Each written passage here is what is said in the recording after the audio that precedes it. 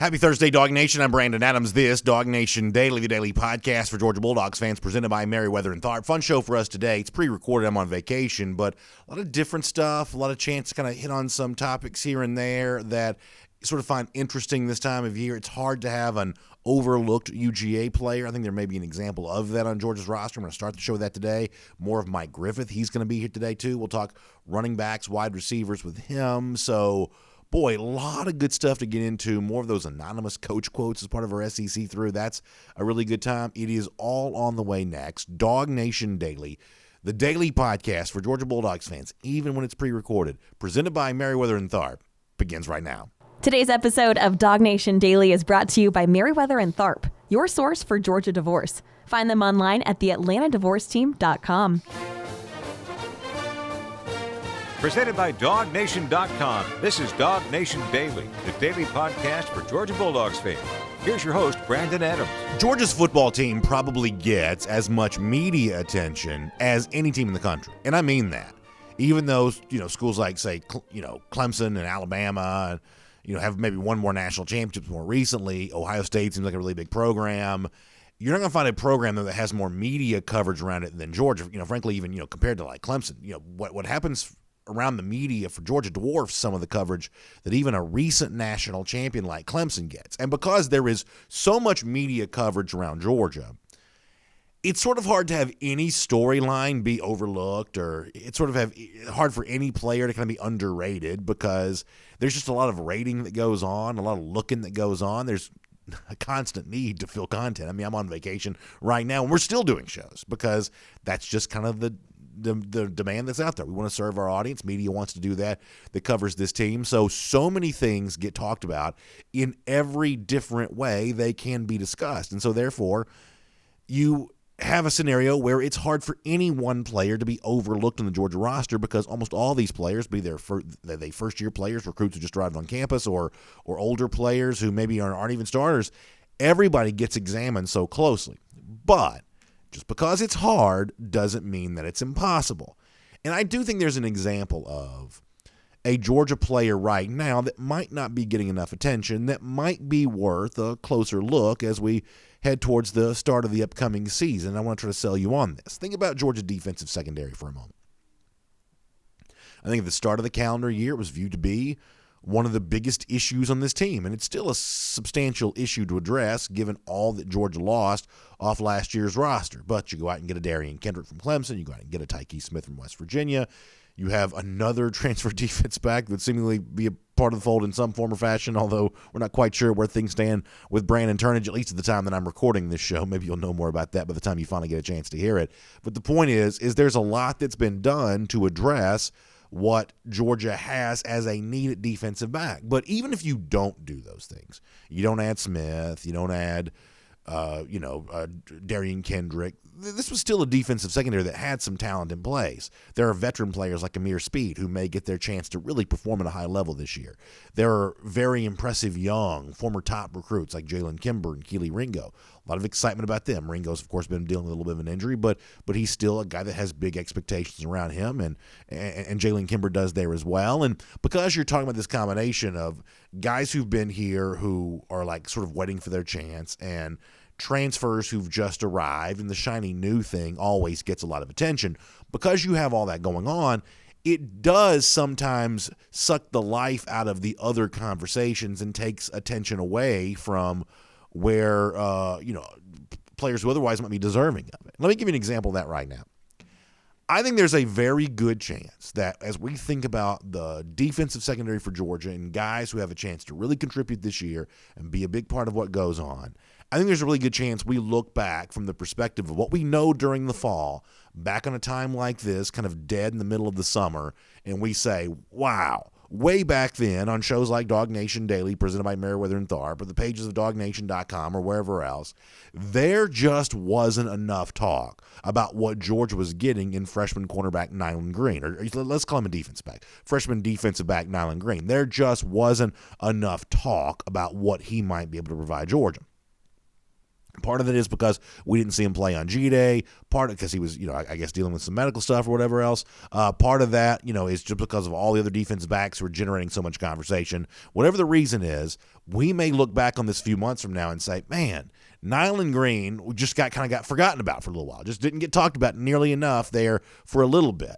But if you want to go all the way back to December, when Green was getting ready to make his announcement for the University of Georgia, that recruiting win for the Dogs was viewed as a really big deal at the time that it was made. In fact, let me kind of bolster my case that Green isn't being talked enough about right now by going back and giving you a taste of what was being said about him back in December. This Jeff Sintel, from what I think was like 2, 3, 4 days prior to ultimately Green making his announcement for Georgia, Jeff describing the head-to-head recruiting battle that was going on between the Dogs and Clemson for Green services at the time. Fun walk back down memory lane on this one. We should say that the most likely scenario is no more Mark Webb, no more Richard LeCount. Same thing for Tyson Campbell, same thing for Eric Stokes, same thing for DJ Daniel. That's why Nylon Green is really attractive to Georgia and vice versa. He's a guy, great ball skills, big guy.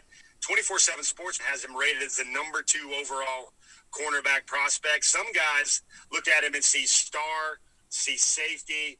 Nylon wants to be a cornerback. That's where Georgia and Clemson are recruiting him as a play corner. He'd be a big corner at about 6'3", 195 pounds. Man, I just think he's vital. I think this is one of those things where you have to kind of hunker down a little bit on Nylon Green because that's a school. If he chooses Clemson, everybody's going to go, yeah, Clemson, we get it. Even with those departures from Georgia's defensive backfield. So listen, you have Jeff Sintel back in December describing a pretty interesting situation of Georgia and Clemson kind of going to the wall, battling over Green. That's a recruiting battle that Georgia ultimately ends up winning.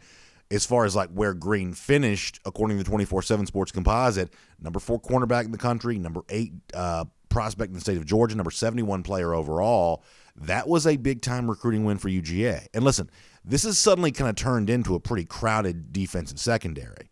It has, between guys who've been here and guys who've just transferred in. And I think you're left to wonder, well, how much room is there really for a guy that just arrived on campus? But this is a guy from Covington, Georgia, Newton High School, right there in kind of the shadow of where Eric Stokes also grew up there as well. And, the success that Stokes enjoyed at Georgia was, I think, a big reason why Nylon Green wanted to come to UGA there too. All I'm saying is just be careful not to overlook him too much. Be careful not to make him part of the conversation, because my guess is that the excitement that existed when Green first made his Georgia pledge back in December and ultimately signed on the dotted line with the Dogs, we may be reminded here this fall of why that was such a big deal there at the time. All right, let me shift gears for a moment and do something completely different. And admittedly, this might be just a little bit odd, and maybe I'm reaching just a little bit, but sometimes on a vacation's week's worth of shows, this is kind of the place where your mind goes from time to time. So I talked on, I think it was Monday's show, but the possibility that, hey, Georgia might have to beat both Clemson twice and Alabama twice on its way to a national championship. And I laid out the ways in which that was probably not that far-fetched of an idea, that, if Georgia beats Clemson in a close game week 1, Clemson runs the table after that, could easily make the playoff. I don't think the committee would shy away from rematching Georgia and Clemson in that situation. I think the committee might think that was even a little bit fun, since it had been such a long time since they'd played, beginning of the year towards the end of the year. And then it's easy to imagine beating Alabama close in the SEC championship game, seeing Alabama get the benefit of the doubt back in the playoff, matched up with some other team in the other semifinal, only to then emerge and play Georgia in the national championship. Once again, having to beat the same team twice, having to beat the two top teams in college football over the last few years twice in the same year is not a far-fetched possibility. But then you start remembering, Alabama seems like a sure thing in almost any given year, and in most years they are. I mean, they haven't had, I should say it this way, they've only had one season with more than one loss going back to 2015. They were 14-1 15, 14-1 in 2016, 13-1 in 2017, 14-1 in 2018, 13-0 a year ago. They did lose twice in 2019, but that's only one 2-loss season in the last 1, 2, 3, 4, 5, 6 years. Pretty impressive. But if you want to go back a little farther than that, in the Nick Saban era, I think one of the things that you do see that's a little bit interesting, and this is true for all teams, and even a coach as great as Saban, he's not been immune to this. For as many national championships as Alabama has won, coming back and defending that national championship in true national champion style has not always been super easy for Saban. And by the way, this even predates his time in Alabama. Go back and look at the LSU situation. 2003 wins the SEC and the national championship. The 2004 performance, his last team in LSU, far cry from the national championship level the Tigers had been the year before that. There was a drop-off. Also at Alabama, first national title comes in 2009. They go 14-0. Following year, Alabama in 2010 was just 10-3. Did not even win the SEC West that year. You move on. They do win back-to-back titles in 11 and 12, so that kind of argues against this. But the year after the 2012 national championship, Alabama in 2013 just 11 and 2. Once again, did not win the SEC West of that year. Then you can kind of go on and on. As I said before, they go on kind of a nice run after that.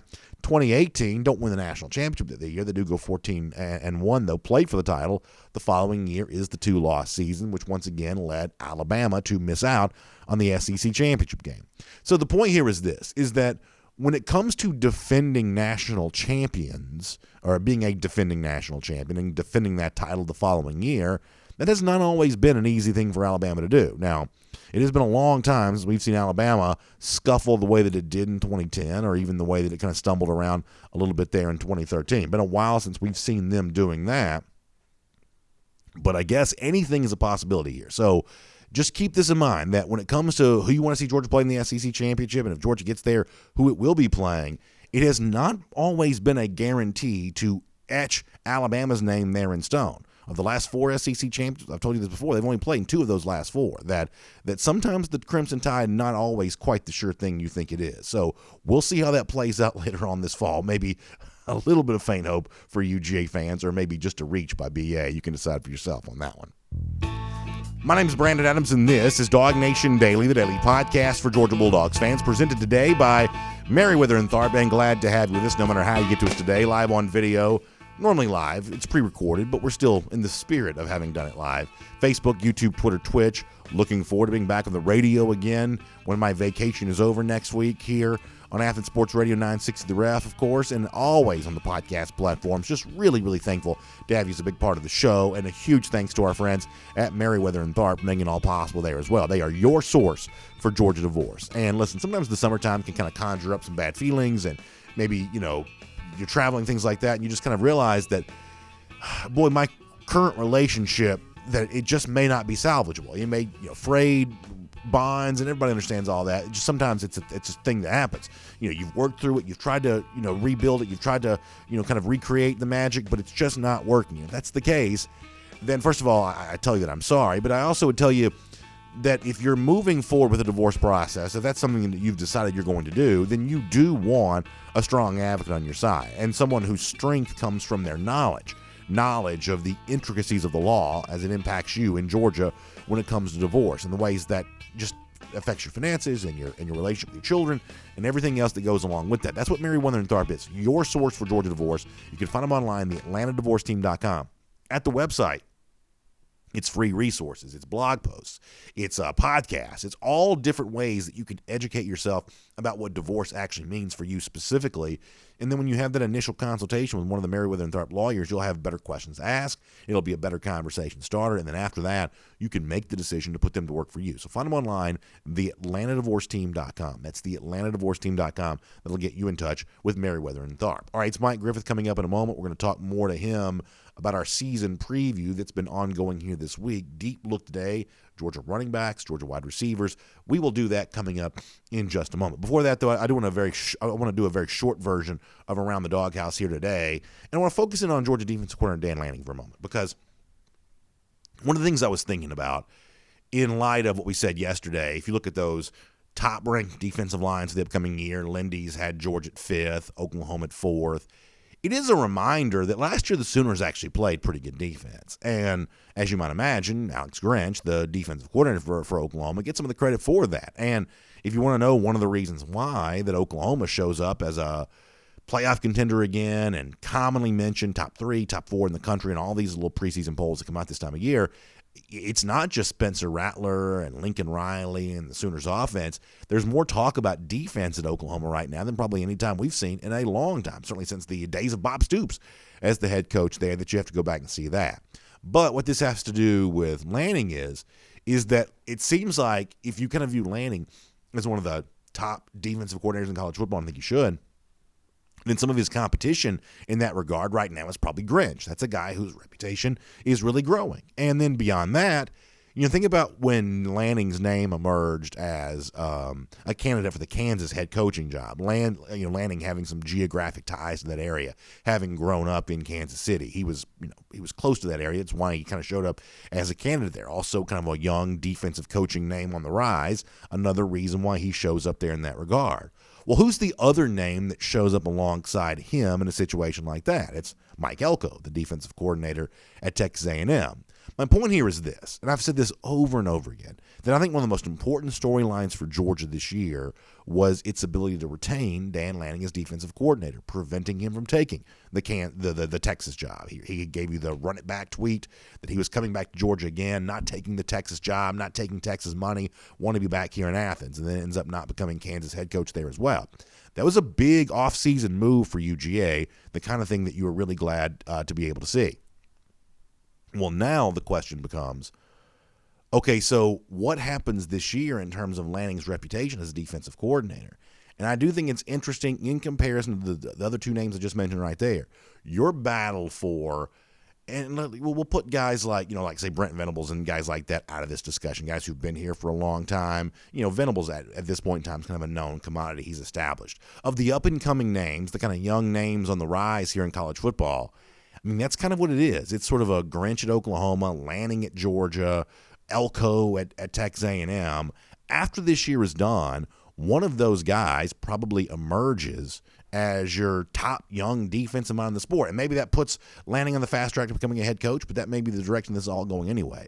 But watch that battle this year between the Lannings and the Grinches and the Elkos and those defensive coordinators that seem to get a lot of attention to see who is it that truly emerges as the kind of the top name in that regard. And I would certainly say that Dan Lanning's a pretty good bet when it comes to all that. All right, that's Around the Doghouse. Very quick before I bring on our buddy Mike Griffith, let me also talk about my friends at the Finish Long Drink here just for a moment. This is ready to drink right out of the can. Listen, when you're on vacation like me, that's a really good thing to be able to have because there's no mixing, there's no, it's just ready to drink. It's not hard work. You just pop the top in the can, you're drinking. And if you're watching a video, you see all the options. The cranberry, the long drink strong, the long drink zero. I like the original. It comes in a blue can. It's got some great grapefruit flavor to it. It's got that nice liquor kick to it there as well. This has been popular in Finland going back to, say, the 1950s. And it's been in the United States of America now for a couple years there as well. And it's in the state of Georgia right now. Popular in the bars in Athens. A lot of you in the Atlanta area have shown me photos of you enjoying the Finish Long Drink there as well. And if you're looking to get in on the fun, then check out this website. It's thelongdrink.com. That's thelongdrink.com. And that'll let you know where you can find it, and you can be off and running after that, enjoying yourself some Finish Long Drink here this summer. I think you'll like it as much as I do because it's been a great part of my spring and summer thus far. All right, before we're done, really good, fun, continued look at some of these anonymous coaches, what they're saying about these teams around the SEC. It's good gossip, but it's also good insight into what the league has to offer here for this year. So we'll do that as a part of our SEC through here in just a moment. But for now, more of our buddy Mike Griffith on what to expect from the Dogs this fall. Good to have you with us here on DawgNation Daily, presented by Merriweather and Tharp.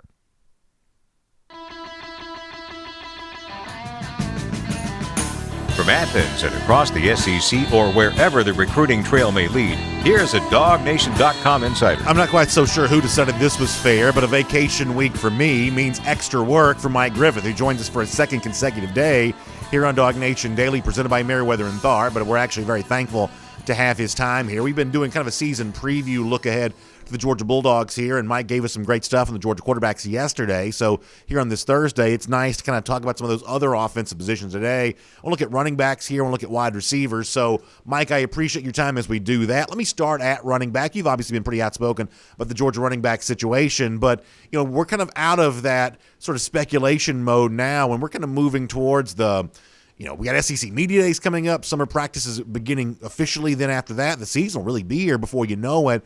I mean, how do you expect to see this running back situation for Georgia shake out on the field this fall? A lot of names and a lot of guys looking for touches.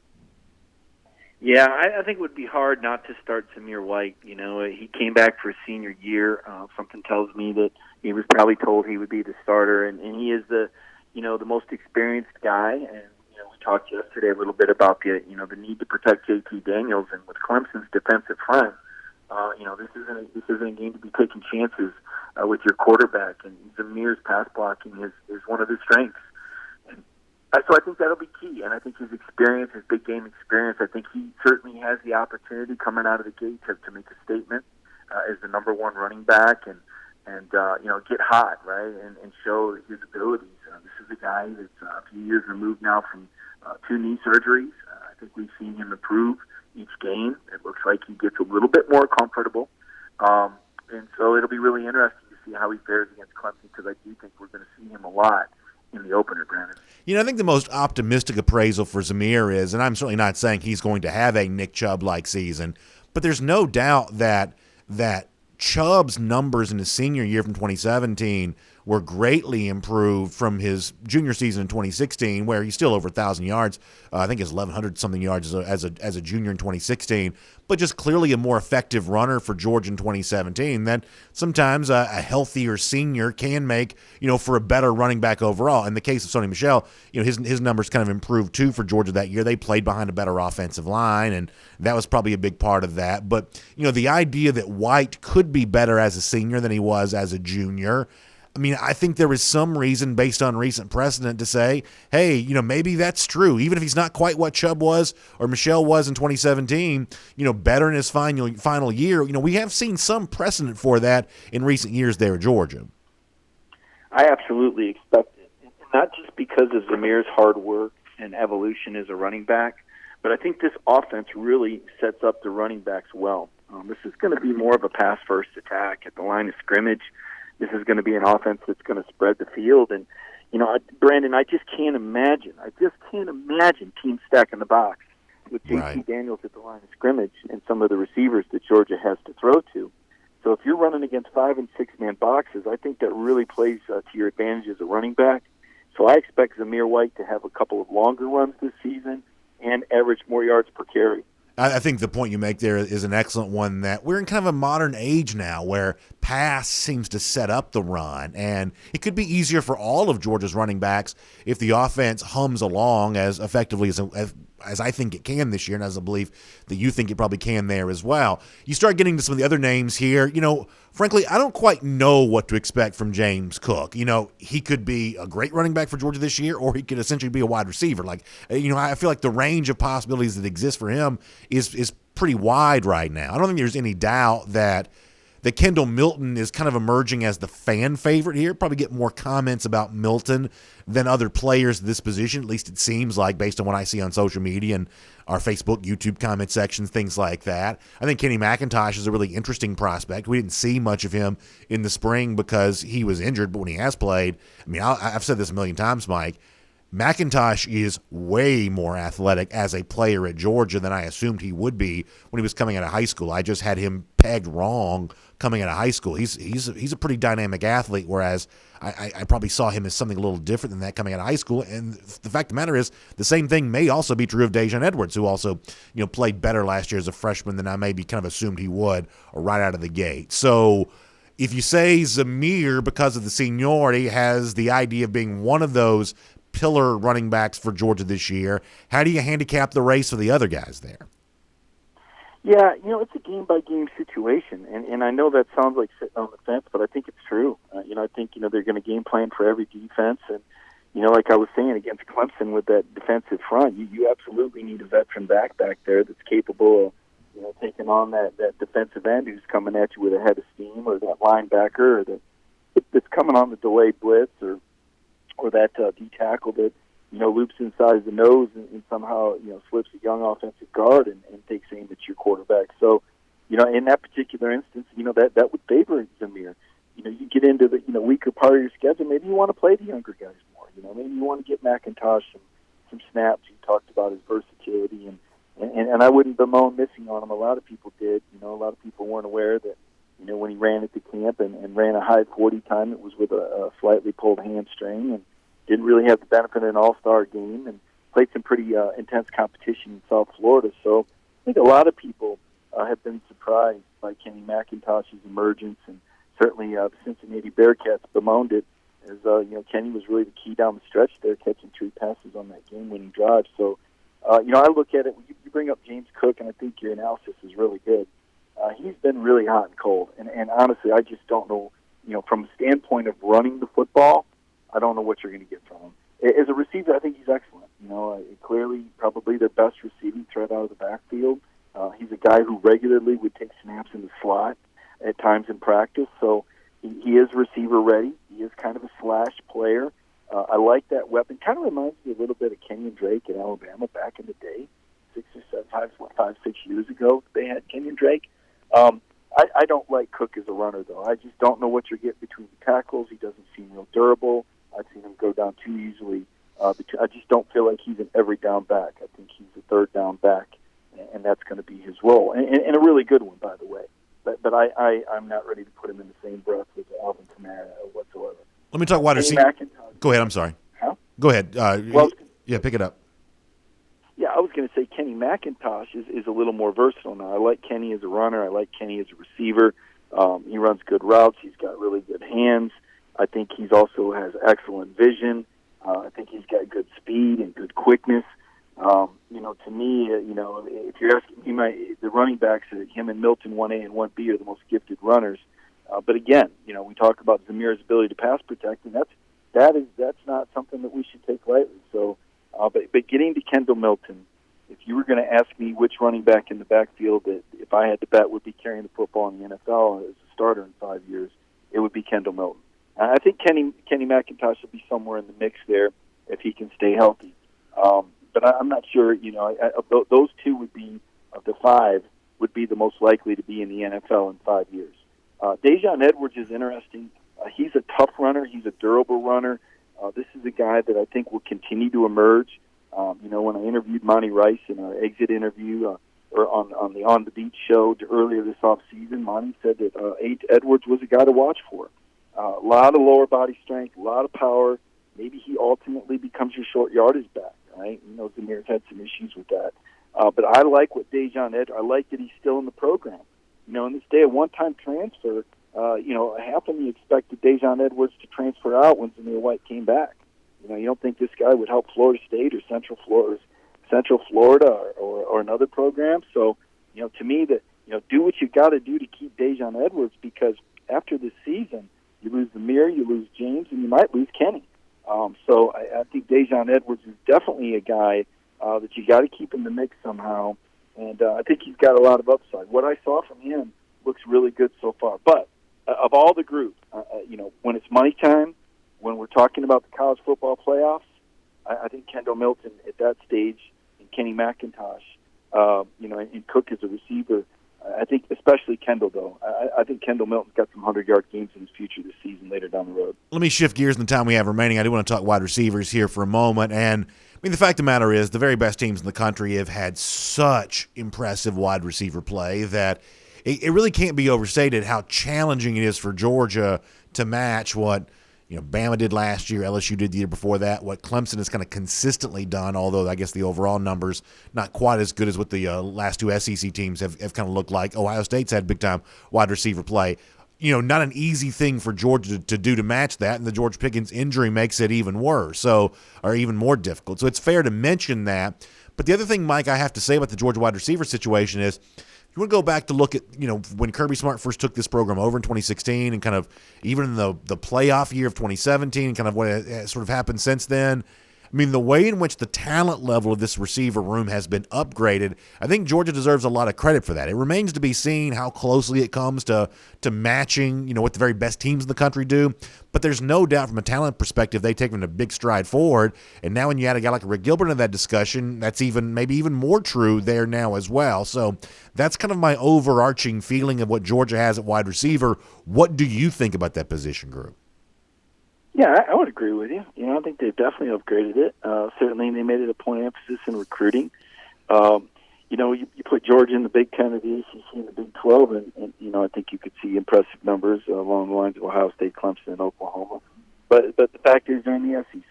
It's a tough road to hoe. Auburn is your annual opponent from the West, and certainly no pushover. Last year they had a regular season game against Alabama. That's a pretty tough slate when you play Alabama and Auburn. from the West, right? In Florida, in the state of Florida every year. So, that's part of playing in the league. No, I don't think the receivers are on par with LSU's or Alabama's, and there's no shame in that because those were historically good groups of multiple first-round draft picks. Now, that's not to say that some of these players couldn't evolve into first-round picks. Certainly, Eric Gilbert has that potential. We know that George Pickens is certainly a first-round talent. Kearis Jackson may not be a first-round talent, but I do consider him an NFL player. Same with Jermaine Burton. Dominic Blaylock was on his way to that. We don't really know. He's a bit of a mystery player for me when we try to figure out where's Dominic Blaylock going to fit into this mix. Demetrius Robertson, kind of a borderline guy. I'm not sure if he's going to be in the NFL or the Arena League. He's got a lot of speed, but not much of a catch radius. I wouldn't say he's been a disappointment, but I wouldn't say that he's excelled as much as everyone expected. He might help the team in the return game a little bit. Justin Robinson, a guy that's coming on, a big-bodied guy, can get up and make catches, needs to be more consistent, been a little banged up and had his share of injuries. And then Mitchell, right? Mitchell comes on, the freshman, flashed in the G-Day game, a lot of wiggle and explosiveness. He's got progress to make, but for an incoming freshman, that's somebody to be excited about. Brandon, there's a time we probably, wouldn't feel like we needed to ramble on at tight end, but I just feel like that's going to be such a threat this season. I look at big Darnell Washington, and I think the world of him. I just think he's unbelievable, and you just don't see many 6'7", 280 guys that's got hands like he has. I think he's an incredible red zone threat. I think he's a matchup nightmare. John Fitzpatrick's been working hard. He's another tall guy, lanky guy, good hands, consistent, assignment sound. And we heard Kirby Smart talk a lot about Brock Bowers. The unicorn from Northern California, as Sentel likes to call these guys unicorns. You're not supposed to have a 40-inch vertical leap, Brock Bowers, and yet he does. And a guy that, someone's compared him to George Kittle in terms of how he runs seam routes and gets downfield. So a lot of talent there, a lot of options, and a lot of excitement. Yeah, Mike, I think you're right, and I think you're especially right about the fact that the tight end position being, whether whoever lines up there, just being more a part of the passing attack for Georgia this year. I could certainly see that. I appreciate your insight over the course of the last couple of days. You certainly made these vacation shows entertaining for our audience, made things nice for me there as well. Mike, I hope you're enjoying your week, and we'll look forward to speaking to you in our normal live venue next Wednesday here on the program. But thanks for being here on DawgNation Daily, presented by Merriweather and Tharp here today. Appreciate it, B.A.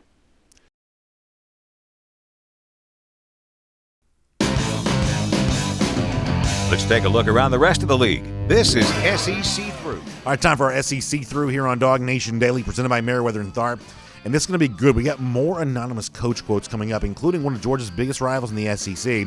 Pretty significant doubt about brand new coaching hire. This is actually really good stuff. We'll get to that coming up in just a moment. Let me also give a shout out to my friends at Engineered Solutions of Georgia here as well. Foundation waterproofing issues, Engineered Solutions of Georgia knows how to handle that for you. They have 2 full-time engineers on staff, really smart people. That's a good thing. They're also proud partners of UGA, longtime friends of ours here on DawgNation Daily, and a solutions-based company that'll give you a simple fix if that's all your issue is. But if it's something bigger than that, well, they're going to do good work for you there as well. And the great news is their phone number, very easy to remember. You can get in touch with them today. Simply give them a call, 678-ESOG-NOW. That's 678-ESOG-NOW. That'll get you in touch with Engineered Solutions of Georgia. So if you've missed some of our shows this week for our SEC Through while I'm away and on vacation, one of the things that we're doing is we're taking some of the anonymous coach quotes. The Athlon Sports SEC Preview Magazine has a section for each SEC team where they quote some coaches who don't have to give their name and so therefore seemingly give more candid comments. And I think it's just a really interesting thing. We can't give all those comments because it's longer than we have time to read on the show. And plus, I think you should buy the magazine, read the whole thing for yourself. That's not an advertisement. I just think it's a fun magazine. I think it's good to support those who have supported college football for a long time. But you do, by reading like a sentence or two, get some real insight into kind of where things stand with certain teams around the SEC. And in fact, let me show you this for the Auburn Tigers. Anonymous coach quoted by Athlon looking at the start of the Brian Harsin regime.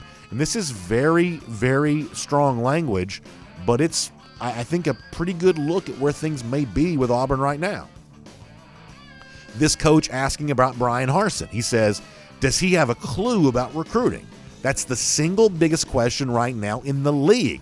Not the single biggest question facing Auburn, but this coach says the single biggest question facing the league is Bryan Harsin ready to recruit for Auburn? The coach goes on to say that Gus Malzahn isn't out because Auburn fell behind Alabama. It's because they fell behind Clemson and Georgia and Florida.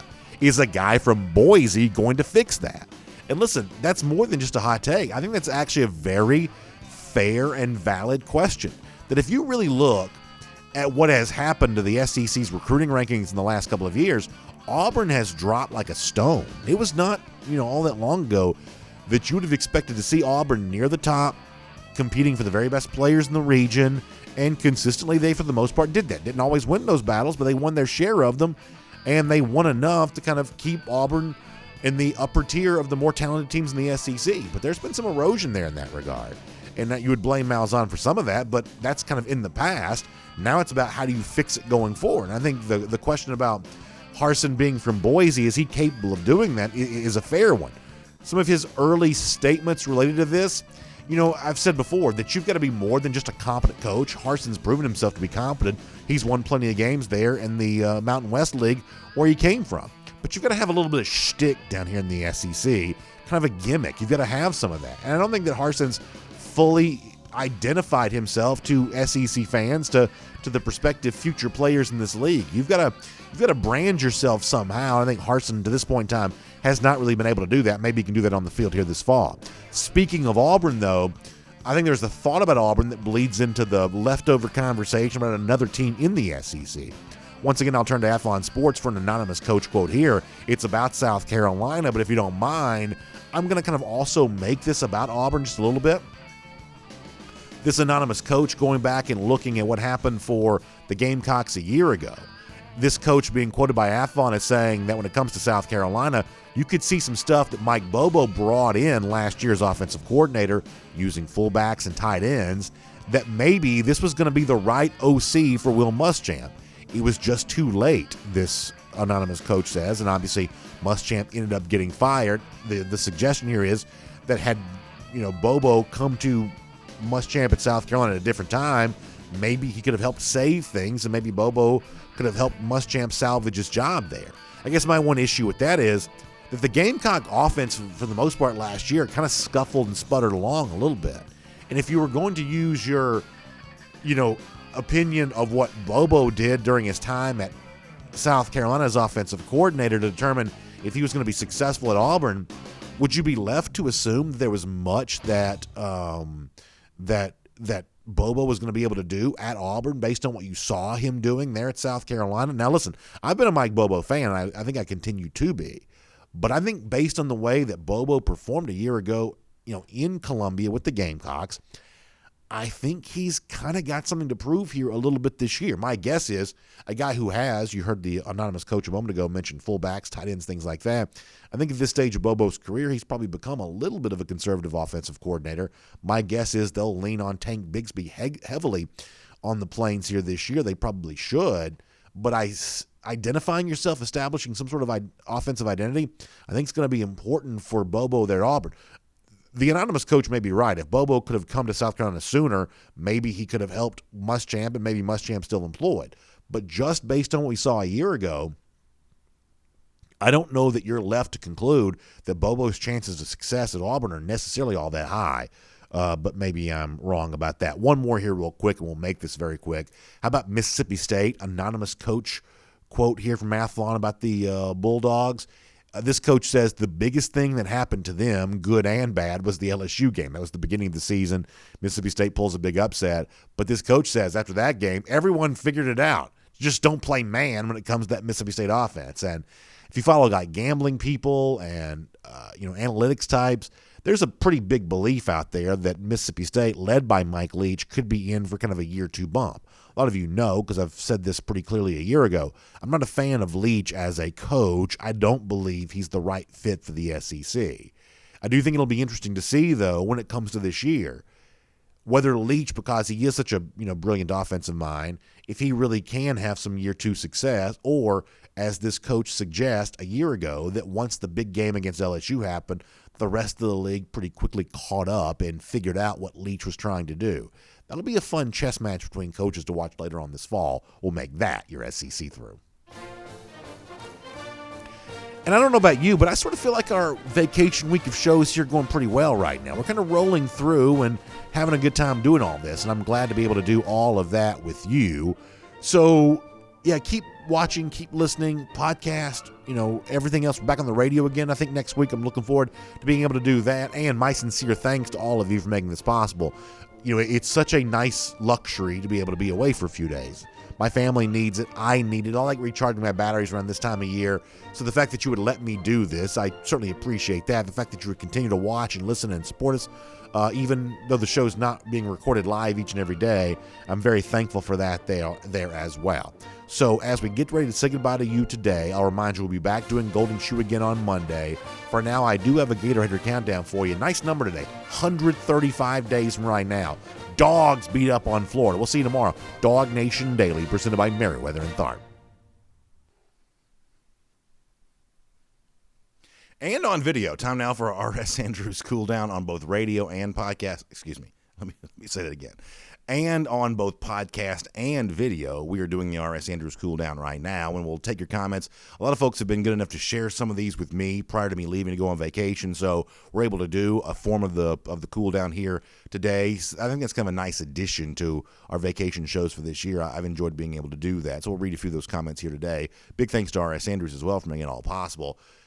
They'll do air conditioning, heating, plumbing, electric work for you this time of year. Of course, you're thinking about the air conditioning unit. That tired system you're pretty sure is on its last leg. Get it tuned up, back to factory fresh specs. It's just $99, and it'll keep you cool all summer long. So check them out online at rsandrews.com for more on that. All right, couple of comments here today. I solicited some questions, and Yale Dog, in pretty typical form, this has kind of become a little bit of an ongoing joke amongst UGA fans. I said, hey, can I have some questions to do for the cool down? And Yale Dog wrote back, what's wrong with Georgia recruiting? And listen, there is, as I said before, it's been kind of an ongoing joke for Georgia. It started before the 2018 class. So this would have been summer of 2017. That was the beginning of the what's wrong with UGA recruiting. And I got to tell you something. I mean, and I don't know if this is something to be ashamed of or be proud of or whatever else, but on DawgNation Daily in that summer of 2017, I was definitely doing the what's wrong with UGA recruiting talk. I mean, that was a big thing for us that summer, and it seems foolish now, but here's the thing you got to understand. This is summer of 2017, ahead of the 2018 recruiting cycle. This was Georgia having gone 8-5 on the field the previous year, signed the number 3 class in the country, which, well, you should have known Georgia was in the recruiting business. But this is what's different about that, is that it was very easy back then to look at that 2017 class and the guys that Georgia had signed and point to early playing time. There was this fear of, well, gosh, Georgia may have less early playing time to sell. They had not yet had the big breakthrough season on the field. That had not occurred yet. And it was very easy to say, oh, gosh. I mean, Georgia spent most of that summer ranked in like the 70s, in like 78, whatever, in recruiting. And you can laugh about that now, but this was not a Georgia team at the time that had quite the track record that it does at this moment. But then you get the Zamir White commitment, and then you get, everything else that kind of happened that summer. And obviously Georgia goes on to win the SEC, makes the college football playoff, and Georgia, for the class of 2018, has the number 1 recruiting class. And since then, what's wrong with UGA recruiting has been a big kind of joke amongst UGA fans.